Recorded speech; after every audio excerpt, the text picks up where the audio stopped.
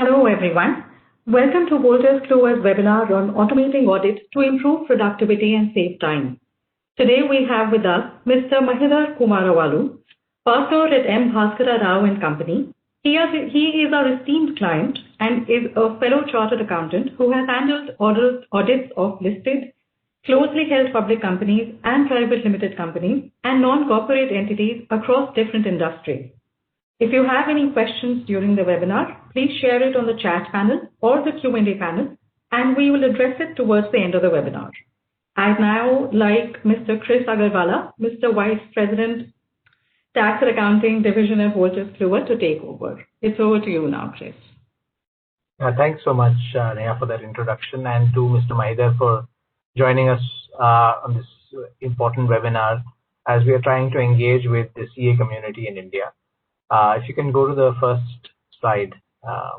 Yeah, this one is fine. Can we go to the presentation? So, as you know, Wolters Kluwer is nearly a 200-year-old firm. Our brand CCH has partnered with chartered accountants for the last 130 years, and we are very proud to be associated in India, where we've been present for over a decade. And I think we keep bringing innovative new products to the market, and one of them has been our audit automation solution, our software. And for us, it boils down to what does success mean for your firm? It means, especially in trying times like Corona that we faced, how do we increase fees on our current services? How do we attract more clients and create a better customer experience? How do we offer more services and generate maybe new revenue streams? And very importantly, increasing our efficiency to deliver more at a lower cost. Now, the question is, how many of us are actually using any audit automation solution? We have, several customers in India who have, bought the solution from large firms, mid-sized firms, and we see one underlying common trait is that firms who are forward-thinking, they are open to new solutions and they want to increase efficiency and improve revenues for their firms. I think that's very, very important for us to understand and diagnose that is something that digital is the way forward. Of course, with NFRA and other bodies coming in, it's also very important to be very diligent and meticulous in maintaining documentation, process flow, etc. And that's why we've seen a very good demand for this product for us in India. This is a UK-based product that we've brought in, customized entirely to Indian market. If you can go to the next slide. So why audit automation software? I think we talked a little bit about that. So it is very important for us to look at the Indian standards of accounting and what are these standards driving. I mentioned the NFRA. I think compliance is becoming more and more important. It's a given. We cannot have customers who face complaints or issues. Customers who come back to us say, okay, what about documentation? And sometimes we know that documentation can be all over the place when we are doing audits, especially when there are multiple entities involved. If it's a listed entity, I think it becomes more and more complex. To have a robust system where we are able to keep documents, upload them, be able to link them with various aspects, I think that becomes really, really important to have that in a robust framework. And finally, there is a lot of competition in the audit sphere, whether it is on your statutory audits, whether it's on tax audits, whether it's even on indirect audit. I think every client has different requirements, approach is different. And I think we also have peer reviews. So I think there is a lot of changes and expectations from clients which is increasing. Clients are becoming more and more digital. They want more transparency. They want to be able to share data digitally, be able to view it. I think that's where software solutions can really help plug those customer needs and make us more customer-centric. Next slide, please. So is your firm really prepared, right? And we see that. Click through, please. Neha, go ahead. Click through, please. Yeah. Keep clicking. So we see that when we are planning, go back please. So when we are looking at an audit, we have planning in one file, we have templates, documents, we have trial balances, we have checklists, and none of it is really talking to each other. It's very disconnected. So do we really have a system? While we are online, we have our Excel-based tools, we have our very good checklist. Is this all talking to each other? Can we replicate one to the next year? Can we carry forward documents that we receive from the client this year to next year? Or do we have to always go back to them, request the documents again? We are not able to locate all the documents at times. Those are issues we are facing. So is our firm really prepared? So that's a key question you have to ask yourselves. The next slide. So what can audit automation provide you, right? What is it that this tool does?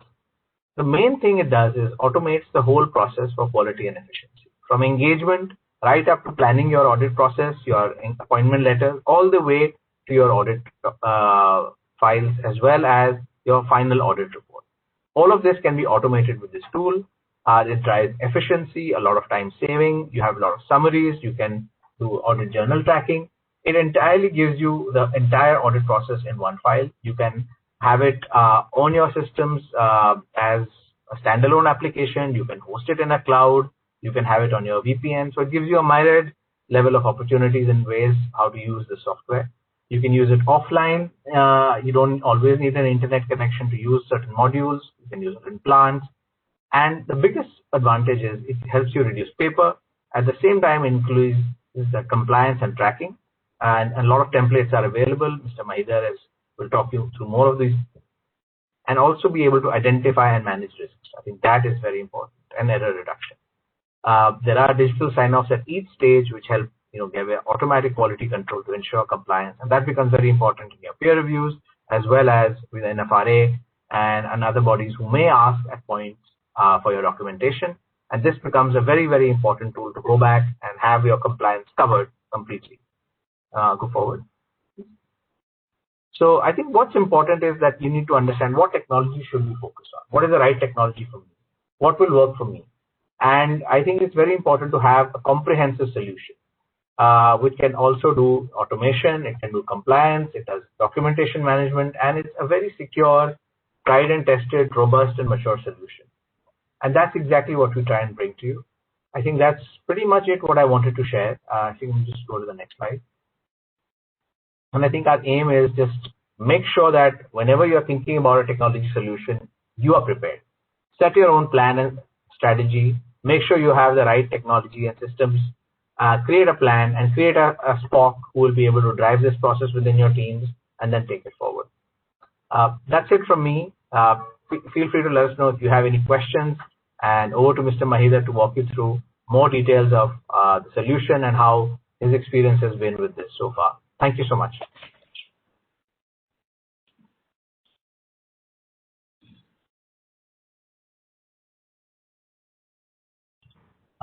Mr. Mahidar, would you like to share your screen?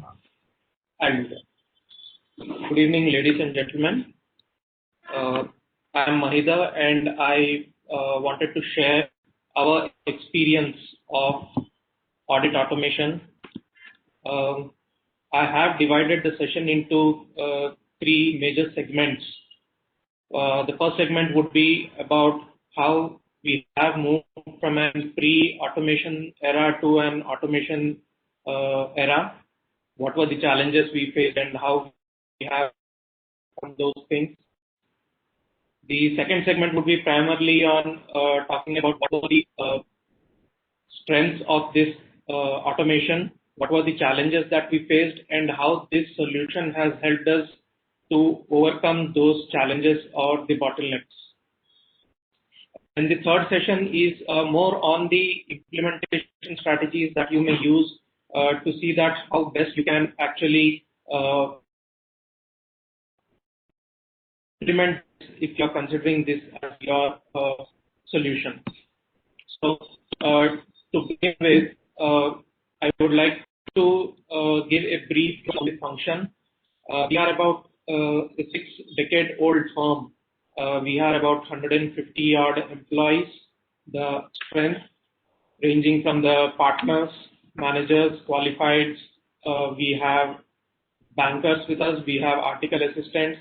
So if you look at the firm structure, we have it spread out age, a demographic age, right from the teens, the articles where we have, and extending up to the 60 to 70 plus qualifieds and the partners.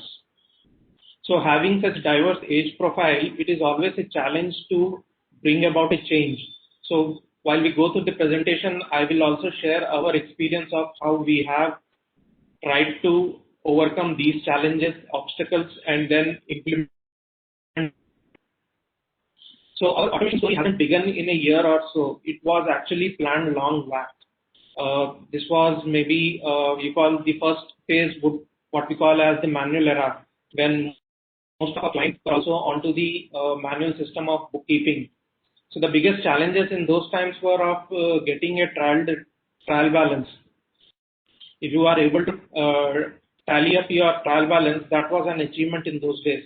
So the biggest challenge is, of course, the regulations at those periods were not as stringent as they are now, but still the challenges faced were in terms of compliances and then the document management.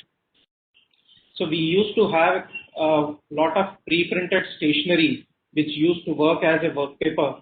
You know, the kind of stationery where you have your columnar format of writing down your, say for example, you put up the date, the GL code, the amounts, what your observations were, and how you have disposed of those observations. And then the other aspect during the manual era was all about how do you link up your audit file, so that somebody who is reviewing the audit file, they can actually go right from your balance sheet and profit and loss account to your working paper and see what are the issues that have been encountered, how those issues have been resolved, and whether any of those issues require a reporting in the audit report of the financial statements. Coming to the next stage, moving from the manual to the first step which we took towards automation. Now, when we talk about automation, automation could be anything. It could be automating your HR management practices. It could be automating your document management. It could be practice management, your time management, or your client management. You could use a CRM kind of a thing.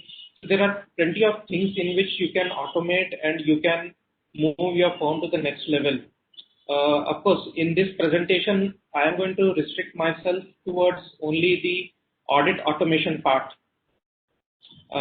So in respect of the audit automation, the next step that we took was in building up of an audit manual.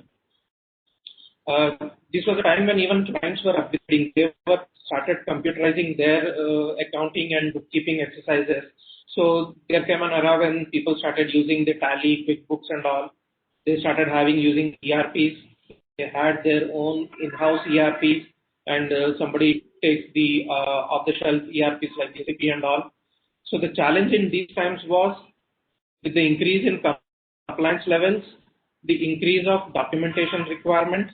So we had at the initial stages an audit manual which used to be a compilation of the procedures that are required to be done under various standards on auditing. We used to have templates, we used to have checklists, we could refer to one or the other provisions given in the auditing standards.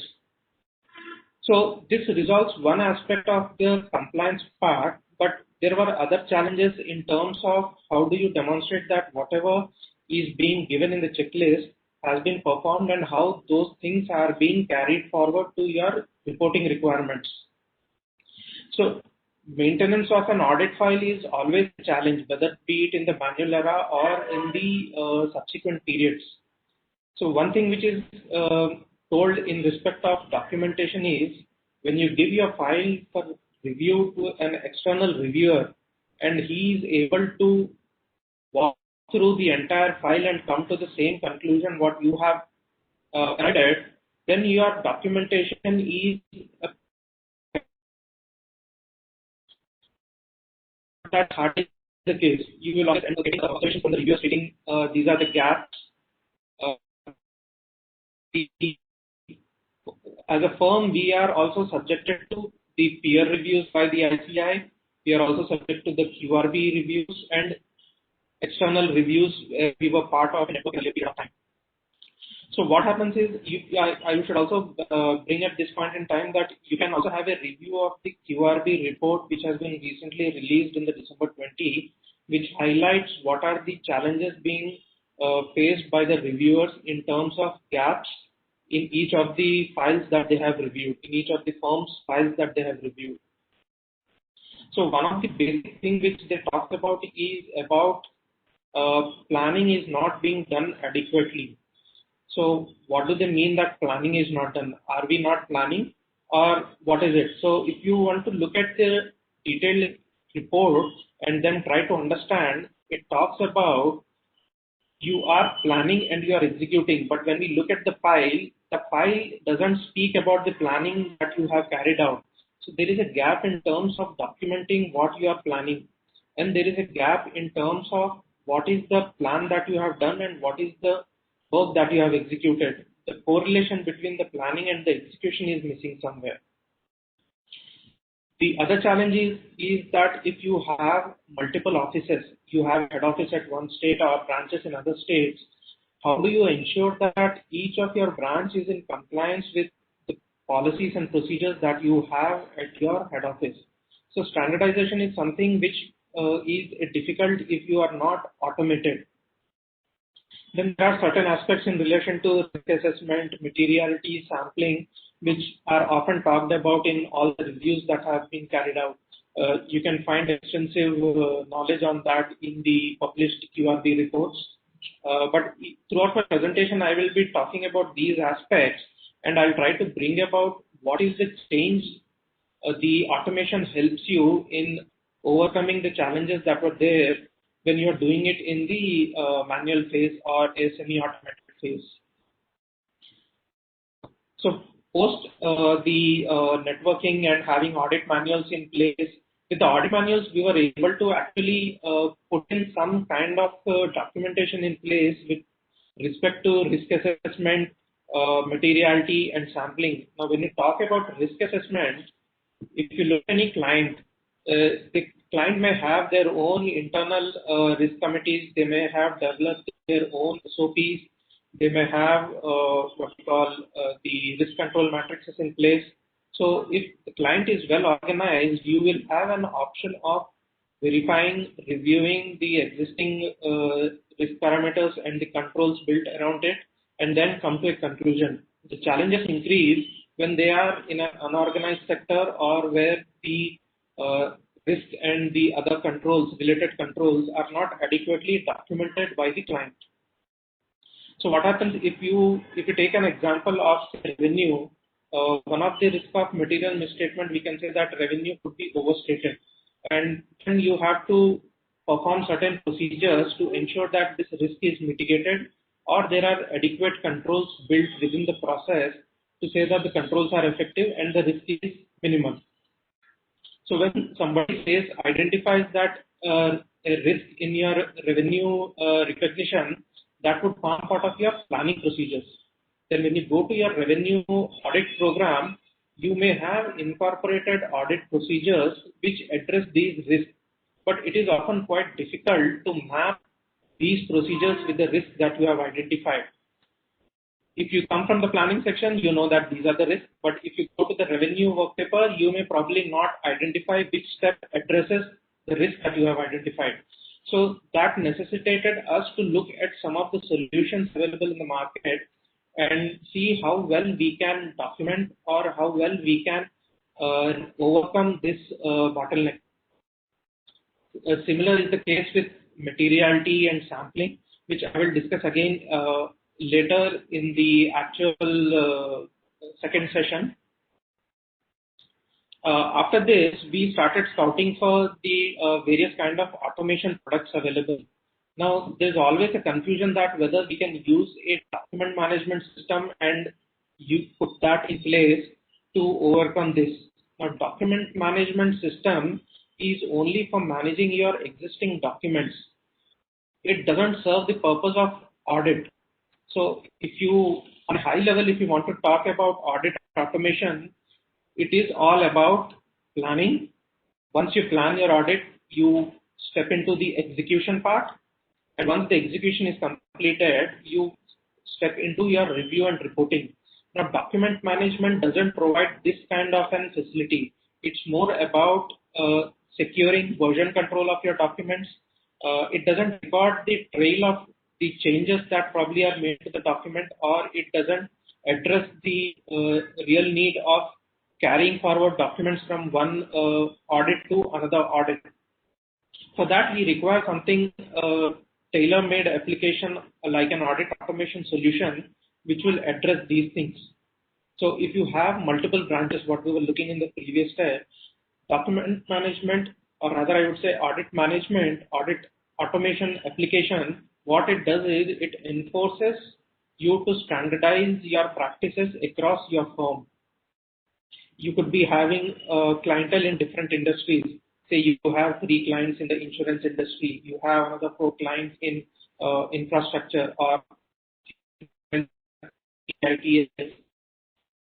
Using an automation tool, you standardize the program, these automation and the file content for each of the industry. And then you can go about in the next step to customize for the client specific needs within that industry. Now the audit automation that we were looking at had many features, but the one which stood apart was the audit automation, in which they had a concept something called as master packs. Now there are 2 parts to it. One is the master pack, the second one is client pack or the audit pack. Now master pack is something like a repository of checklists, repository of questions, repository of standard programs built into the pack. So master packs are available, say for example, for all your IGAP companies, you can use one master pack. For all clients which are under the Ind AS, you can use one master pack. Say if you have listed entities, then you are supposed to carry out limited reviews of those listed entities. So you will have a master pack which is designed for addressing the requirements of SRE 2410, which is specifically for the review engagements. So once you have these different kinds of master pack, your job becomes easier in the sense that you can pick up the relevant pack and then choose out of that pack what is specifically applicable to the client in that particular industry in which they are working. So it is all about out of the given pool, you select the required checklist and apply them to the client. You can build these master packs for any of the things which you can divide into the 3 functions what I talked about. So whether be it your certification requirement or your tax audits or the GST audits or any agreed upon procedures, if it's an assurance function and you can think of it to be can be capable of dividing into 3 segments of planning, execution and review, you can apply that and bring that particular assurance function into this automation solution. The another feature which we were looking for the audit automation was whether it has the facility to roll forward your working papers to the next year. Now the biggest challenge every time people face is if they are doing it manually, they always have to scout for the forms or the agreements which they have probably collected a year back or 2 years back and ensure that they are properly saving them so that they can be used in the subsequent years. Whereas if you are using an automation solution, all you need to do is identify and tick them saying that these are the documents which I would be using in my subsequent audit periods also, and they are automatically carried forward and made available in your subsequent period. And the other solution which the automation helps you out is on just hold on a minute. The other thing which the automation solution helps you out is on let me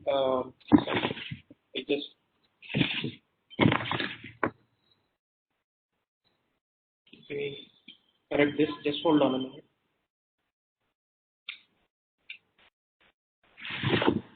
The drawback that we saw in the earlier times is on account of file referencing, cross-referencing. So the audit automation is a tool. When you are moved onto a tool, what it does is it automatically numbers, it automatically references these things so that you need not worry about you miss out on linking the documents. And then came the period when the pandemic started. So we were not sure. We always wanted to have a solution which is cloud enabled so that at any given point in time, the collaboration is much more easier in terms of execution. But the only question in terms of moving to the cloud is how secure your data is with the service provider. So there are various solutions available in the market in respect of automation. What it does is they host their entire audit automation solution on the cloud and you subscribe to them. So we didn't want it to go to such a solution because the only reason that the data is not with us, the data is with this solution provider. So we were looking at a solution wherein we can have a client and server model, and then the data we can put into a private cloud. We can have our own cloud where we can put the data. So the vendor doesn't have the data. Vendor has only provided, and if required, any support services in terms of the application, but he doesn't have access to the data, and it is more secure.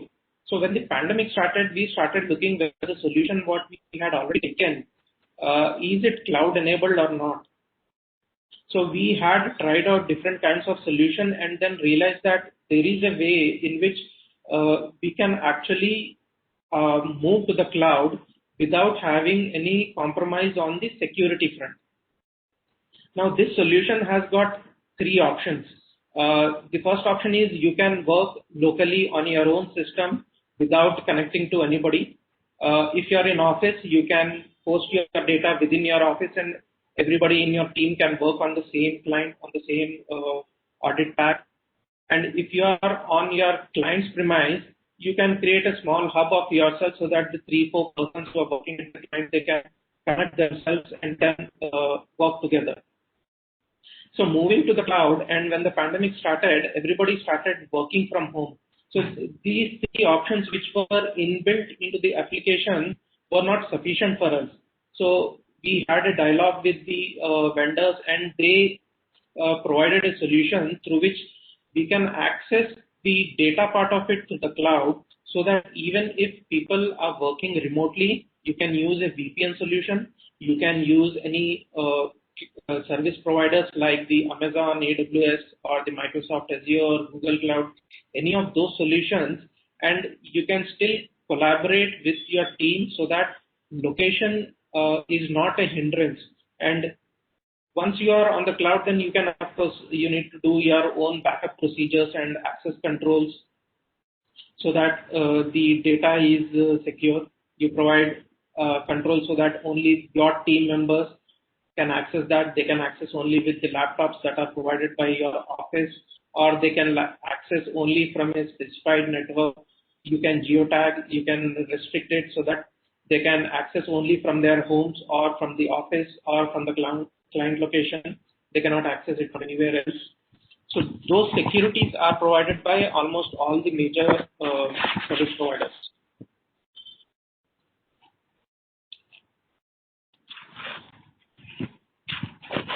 Moving to the second segment, I will just over here, for the sake of repetition, you may hear more about how the risk assessment and materiality and the sampling are used and applied in the automation solution. So these are the high-level benefits which we can talk about in terms of moving over to the automation solution. So when you talk about standardization, when you use the manual forms, you still have your templates, you still have your checklist, and with those templates, programs, or checklists, you can standardize to some extent. But when you have a diverse team and partners, managers, and everybody would have their own style and function of filling up the various checklists. So it is not standardized in the truest sense. But when you move over to the automation solution, it will force you to do this standardization. I'll give you an example. If you're on a manual era, say for example, your client has given you a deadline. So what would you usually do? Let us take an example of a small certification work. And if the client gives you a request in the morning and says, no, you give me the certificate by end of the day, what would you do? You would simply go ahead, verify, and then sign off the certificate. But if you're using on an automation solution, It will enforce you to go step by step. It will first ask you to finish off your planning. It will ask you to sign off the planning, then move on to the field work, complete the field work, get it reviewed by a partner, get the review clearance done, and then proceed towards sign off. The one aspect why we were looking at the automation solution is it will enforce the timestamp on each and every document that you publish in the solution. If you are not automating, there is always a possibility that you may forget or at a later point in time put the papers in place. Whereas automation would cut down that ambiguity and it will enforce timely submission of documents and a proper review to happen. Now, accessibility, flexibility, scalability, this is something we were talking about with respect to the master packs also. Now, when you have a master pack in place, what will happen is whether your client is a small client, whether it's a sole proprietor, a partnership, or a private limited company or a public limited company, you have the option of customizing each and every aspect of your audit. Let us take the example of accounting standards checklist. Now you have a client which is a land bank company.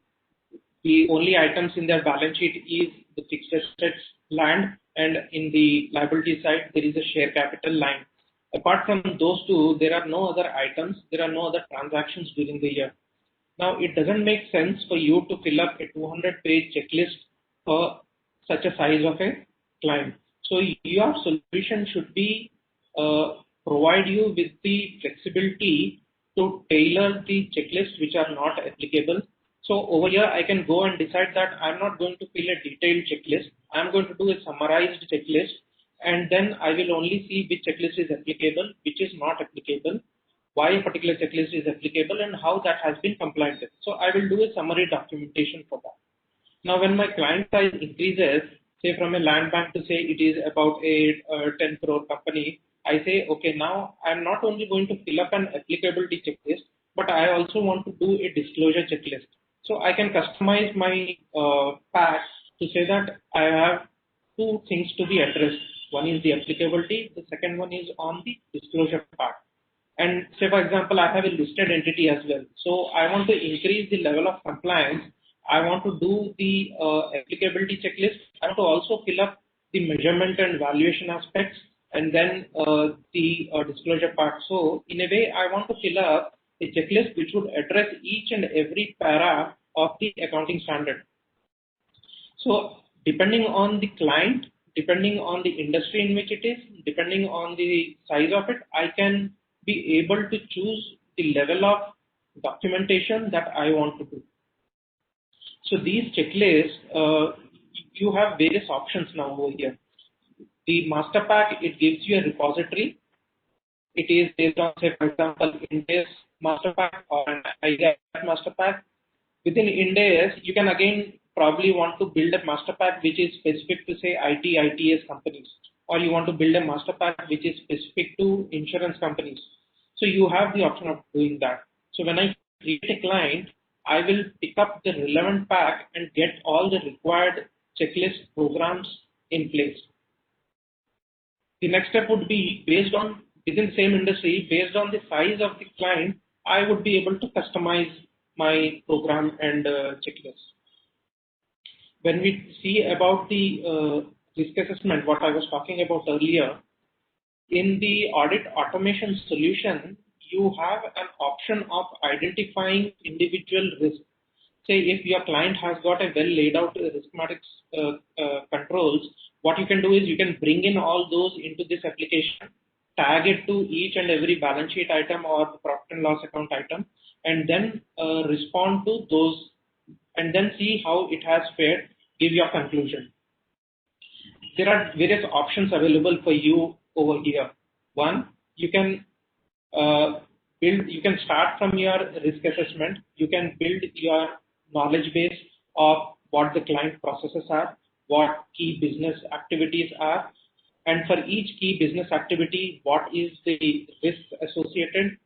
From the pool of risk, you can identify what are significant risks, From the significant risk, you can identify what risks will have an impact on my financial statements, and you have an option of choosing whether I want to test this risk now or not. And if you choose to test that risk, you have to design a procedure, an audit procedure to test that risk.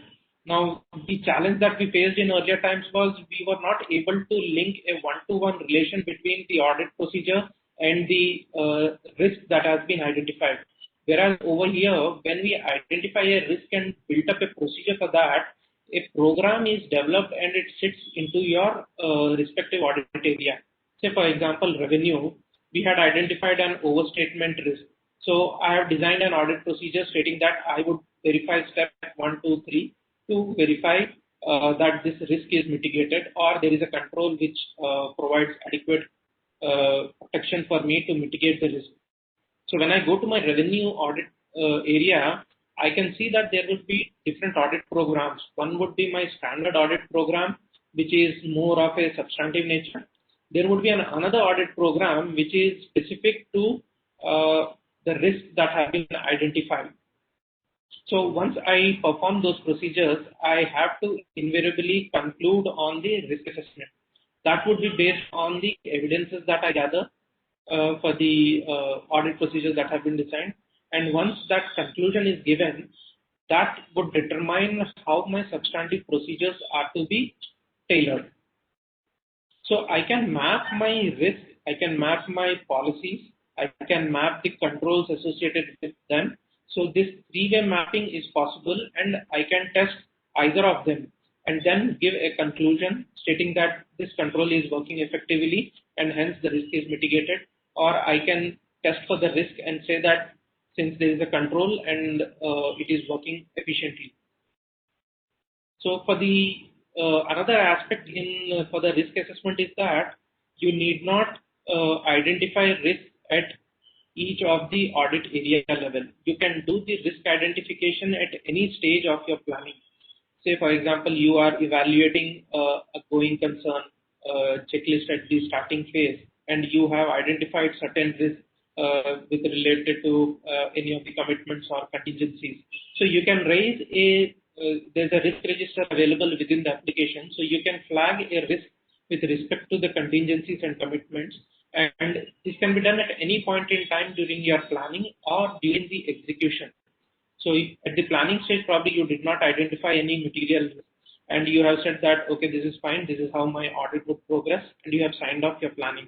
But at a later point, when you're evaluating the commitments, you came across certain matters which led you to believe that there are certain risk elements for which additional procedures are required to be done. So you can go back and alter your planning. And here's the best part of it is that once you sign off your planning, any changes that you make are always logged and tracked. So you will have a trail of what have you planned, what is the change that you are making to your plan, and who's making that change, why that change is necessitated, and what is the change that has ultimately been made. So that audit trail is available in the application itself by default. Coming to the materiality and sampling, what has been observed in most of the cases is materiality is generally determined with reference to an audit and probably never used again except for at the stage of reporting, where giving for an opinion you would see that these are the issues which have come, and whether it is a material or not, you would compare with the materiality that you have identified. Whereas in the audit automation application, what it does is the moment you dump this trial balance, it computes the materiality and it tags each and every element of your balance sheet or your profit and loss account and states whether, based on the parameters given, whether this is a material area or not. And for each of the material area, you are required to assess the risk and then move forward. Not only that, for each of the audit program and even for the sampling, it throws out you based on the risk assessment that you have performed, based on the materiality, it throws out you what should be the ideal sample sizes based on the standards, that should be verified for your controls or for your substantive procedures. So of course, these are all indicative numbers which come out from the application, and sorry, you have the option of tailoring them to select a higher sample or an lower sample. Another related aspect is for the large size client, probably you would want to do an interim audit. So what happens in the normal scenario is, say for example, the client's year end is March and you do an interim audit up to December. So you would compile your list of observations and issues and keep them for discussion and for the finalization when you take up the final audit. So over here in the application, you have already completed your planning. You have done your interim audit. In the client creation itself, you would mention that you are willing to do an interim audit. So it will give you additional options stating that you determine what for your interim audit. And then when you find audit, it will compare what you have already done interim audit, and it will throw out suggestions to you. Hey, look, this is what you had done for the selected 50 samples, but the numbers have changed from this number to this number to the final. So this has resulted in change in the sample sizes that are required to be verified. Are you willing to do these additional procedures? So you have to give a specific conclusion on these areas, writing down why what you have done at interim is sufficient or what you have done at interim is not sufficient. You need to do some additional procedures. Another aspect of this is the concept of the preparer and reviewer. Now, any automation solution requires to have this distinction between who is preparing and who is reviewing. So you, at the time of creating the client itself, you would input the various team members' details into the application, telling that these are the persons who would be auditing this particular client, and these are the designations, and this person is the junior, this is the senior, this is the manager, this is the partner, this is the independent partner or an QCR. So what it does is, for each checklist, for each program, for each work paper that is uploaded, it records who is the preparer, it records who is the reviewer. Not only it does that, but it also at each subsequent change that is made to the checklist or the program, it records it records what are the changes made once a particular item has been already reviewed. So once an item is reviewed, ideally you are not supposed to make any changes to that. But if it necessitated based on the evidence that you have gathered that what has recorded is to be modified, then an adequate trail is created similar to what we had seen in the planning section. A similar kind of a trail is created over here to show what changes are being made to a reviewed checklist or a reviewed program. The beautiful aspect in this is the concept of raising notes. So in the pre-automation era, if somebody is reviewing any audit file, say for example a partner is reviewing an audit file, he comes across any observation made by his team member, what he would do usually, he would ask the team member what is this and what are the things that I've done. And once the team member explains the procedures that he had done, if he is satisfied, it's well and good. But if he is not satisfied, he would say, okay, this is not sufficient for this case. You need to do these additional procedures. So he would communicate it to him, and the team member would go on perform those additional procedures and report back. What happens in the entire process is there is a possibility that you may not record that these additional procedures are done on account of the review carried out. These additional procedures were necessitated because of some findings which have been noted in the so the bottleneck is overcome in this with the concept of notes. So a note is a two-way document.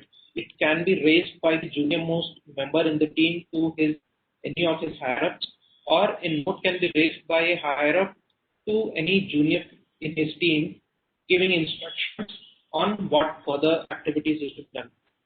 Taking the same example, if the partner raises a note asking his team member to do an additional procedure, the team member would perform the procedure and record his conclusion against that particular note. He would say, okay, do these 3, 4, 5 steps. He would do it and then record that this is what I have done, this is the outcome of that. So the note doesn't get closed over here with that. The partner who has raised the note has to agree with what the conclusion has been given. So if he agrees that whatever he has done is adequate, then he can move ahead, close the note and then sign off, or else he can again raise additional points to address that.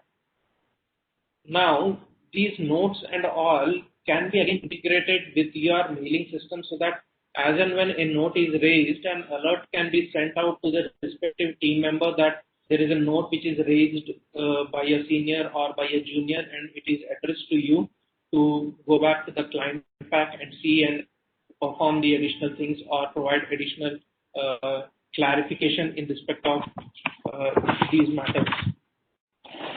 So risk assessment is something, sampling is something, and the raising of notes. The other feature which you should always look for when you're going for an audit automation solution is the ability to carry forward your work papers. So work papers could be in your current audit file or it could be in your permanent audit file. You can make a distinction of what you want to keep in your current file and what you want to keep in your permanent audit file. But you should have the ability to carry it forward to the next year so that over a period of time, what happens is you have standardized what kind of work paper formats or templates that you want to use for a particular client or a particular industry. So when you do that, unless the feature of carry forward is available, you will always be lost in the pile of the Word and Excel templates that you often won't pick up the relevant document that is supposed to be there on your file. In terms of the changes that you can make to the programs, what we were talking about on the accounting standards front, I'll give you another example of, say, appointment procedures. Now, the basic thing in appointment is, say for example, this is a client where you are being appointed for the first time. The client is already in existence and there is a previous auditor to the client. So what usually happens is client would send you a request asking you to give your consent. You would give your consent to the client and then they will conduct their board meeting, they will conduct their AGM, they will do the appointment and give you an appointment letter. You would go back to the previous auditor asking for his no objection for your appointment as the auditor. Now, what we have seen in practice is some firms prefer to have this no objection at the time of giving acceptance after the appointment. Somebody prefers to have this no objection to be obtained at the time of giving that consent itself. So now your system is, or rather I would say this system is flexible enough for you to make that alterations and say that when you want this NOC to be obtained. So those are the few things which you should always look for when you are looking to get into an option of automating your processes. The other things are on, say, for the consultations. There could be a matter on which you want to take consultation. If I'm talking about a scenario when you are not on an audit automation solution. So what happens, you can take consultation within your firm or you can take a consultation from an external CA.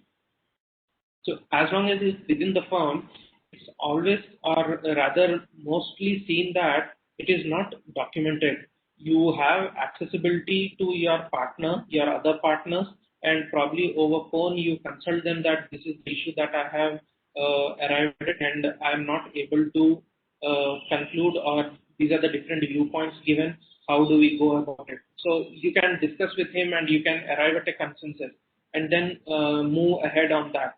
But at the whole process, you might miss out on documenting the consultation, obtaining the sign-off from your other team members or other partners. So the same thing can be done in an automation solution by enforcing that you issue a consultation formally to him and then they respond to that consultation within the application. Same is the case with the issues that you come across while the course of your audit. It often happens that the team members sit at the client's location and they are accessible, so they discuss it over the table with the client and then they may not record it and they will only record what is the final outcome of that. So there is a facility built in the application in the audit automation solution which permits you to raise your feedback over the entire course of the audit, and you have the facility to tag each one of the issue that you raised as whether it's only a feedback or whether it is a lapse on the control and you want to include it in the management letter. So at the end of the audit, you can generate one single document which will list out all the kinds of issues, categorize them into various buckets, and then you can decide which of these buckets require reporting requirement, or which of them is part of the management letter, or which of them are trivial and which have been closed during the course of the audit itself. So these are some of the few highlights of the application which are available in the audit automation solution. So when you see the benefits that you derive out of it, and people always try to measure in terms of the cost involved. So it may not be always the cost that you are going to save in this. It is more about the compliance with the regulations, with the standards that is of paramount importance than the cost in some of these cases.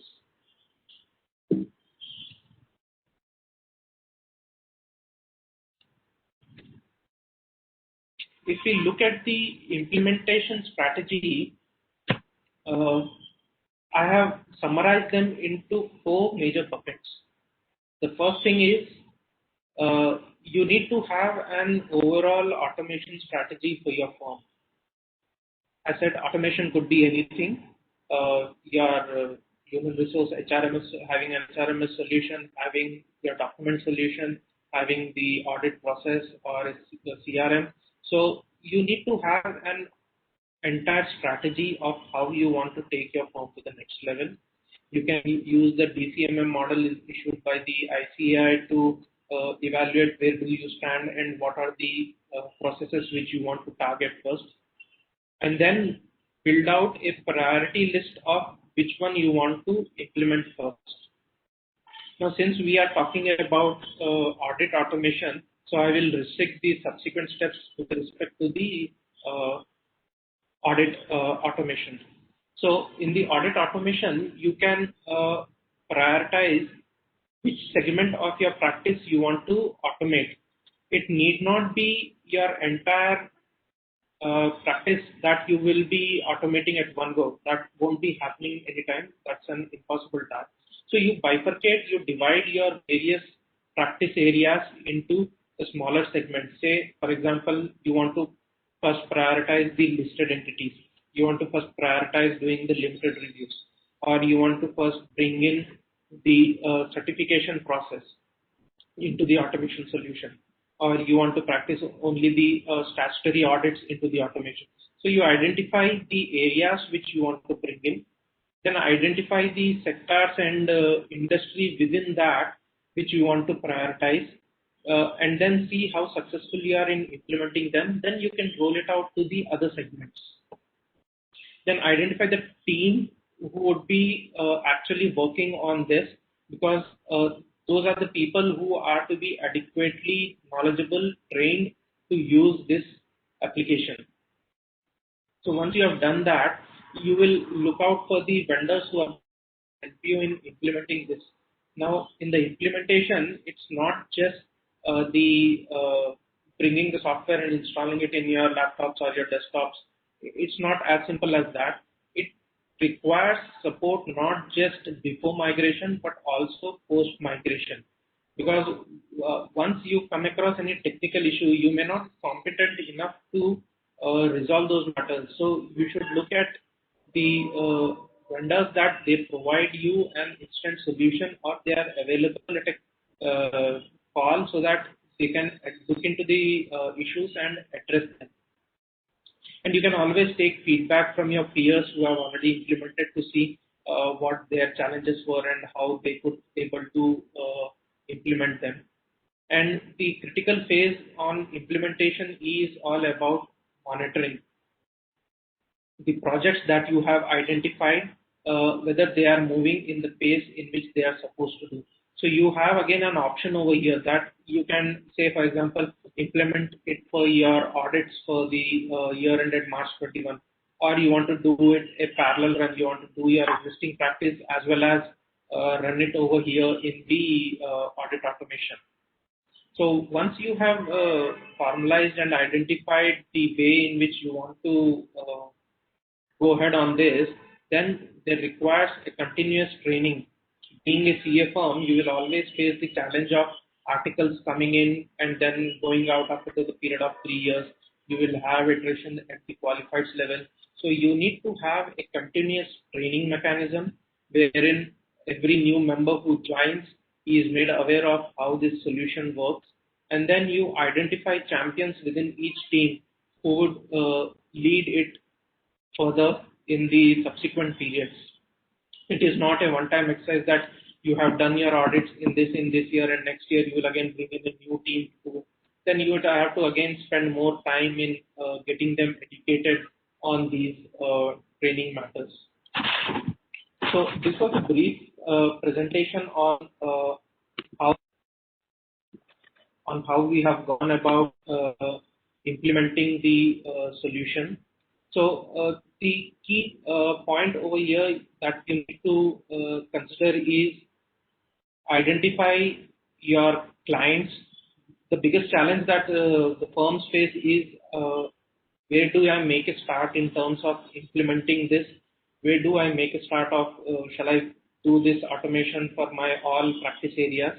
So that would be a difficult question, but you need to evaluate to see what are the key areas, what are your significant practice areas, and as long as you can identify and break down those practice areas into 3 segments of planning, execution, and review, you can use this tool as a automation solution to bring a change about in the way you are practicing. And this would help you in the long run. The first year would always be difficult because you need to spend that extra amount of time in understanding and implementing. But the second year onwards, you have a lot of flexibility. You will have a lot of savings in terms of time of resources because you have already understood the industry well, you have understood the client well, you have documented your understanding of that, you have already documented your planning from the previous year. You need to roll forward that and then make amendments to the changes that have happened either to the industry or to the general scenario or to the client specific. One thing which I missed out was when we were talking about the risk assessments is there are various ways in which you could assess the risk. So at the end of the assessment, you can generate a report stating that for each of the area, what are the significant risk and what procedures you have done and how you have concluded on that. When you arrive at the risk factors, that is nothing but an outcome of what were the various control environment, what is the inherent risk, and what are the specific risks. So it gives you a flexibility in terms of determining these for each of the audit area. Say for my property, plant, equipment, I can identify what are the inherent risk matters. I can identify for my share capital or shareholders fund what could be the inherent risk. Or else I can do it at an entity level without going into the detail of each and every line item in my balance sheet of P&L. So that all depends on how complex the client operations are, or how big or how small the client operations are. I think we are good to go for the Q&A session.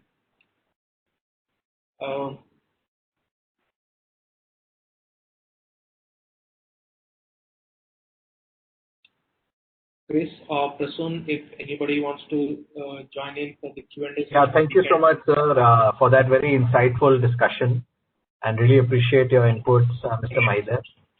Now I would just ask upon the attendees, in case they have any questions, they can place it in the chat so that we are able to address those questions.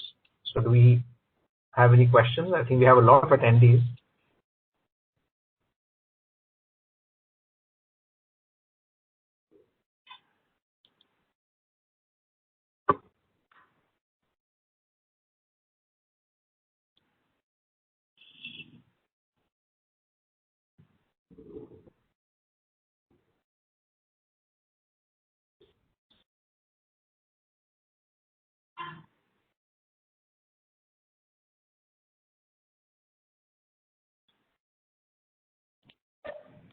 You may also please raise your hand if you have a question. We'll unmute you so that you could ask the question directly.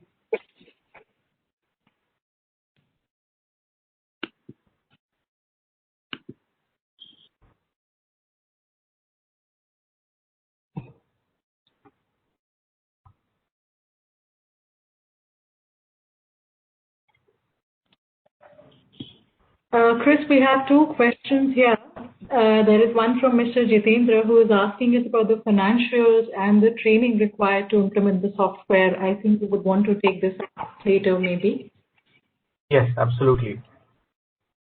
And we have one from Mr. Sanjay Mehta, who is asking if there are any AI and ML feature in the software.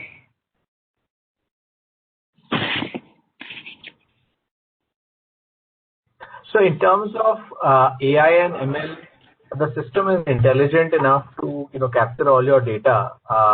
We don't have any specific AI reports that we run at this point on the solution, but that is something on the cards as our database moves to more advanced levels. So we are continuing to add product enhancements.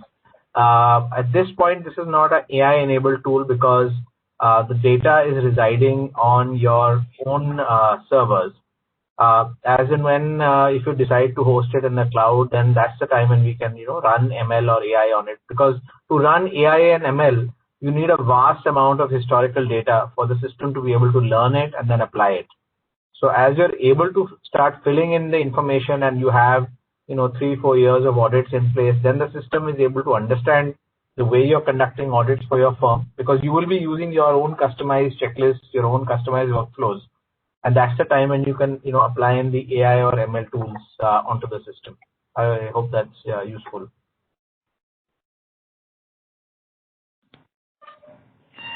And Mr. Jitendra, I request you to share your contact number with us. We'll have somebody from the sales team call you so that you could ask your questions directly.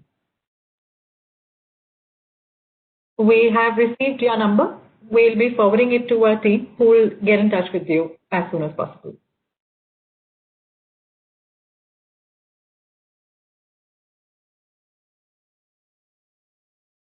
Okay. Do we have any other questions?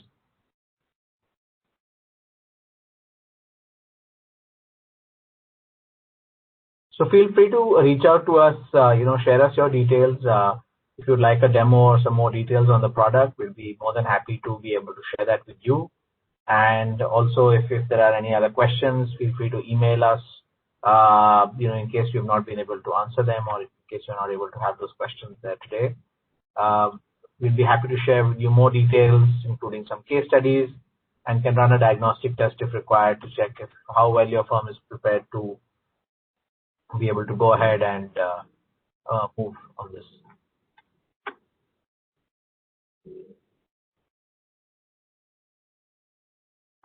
Neha, is that a question that we got? No, Chris, we don't have anything else. I think we can close this now. Okay, thank you all so much. Special thanks to Mr. Mahidhar for taking his time and giving us his valuable insights. We really appreciate that, sir. And a very good afternoon and a pleasant weekend to everyone who attended the call. Really appreciate it from our end, and we look forward to being in touch. Thank you so much, everyone.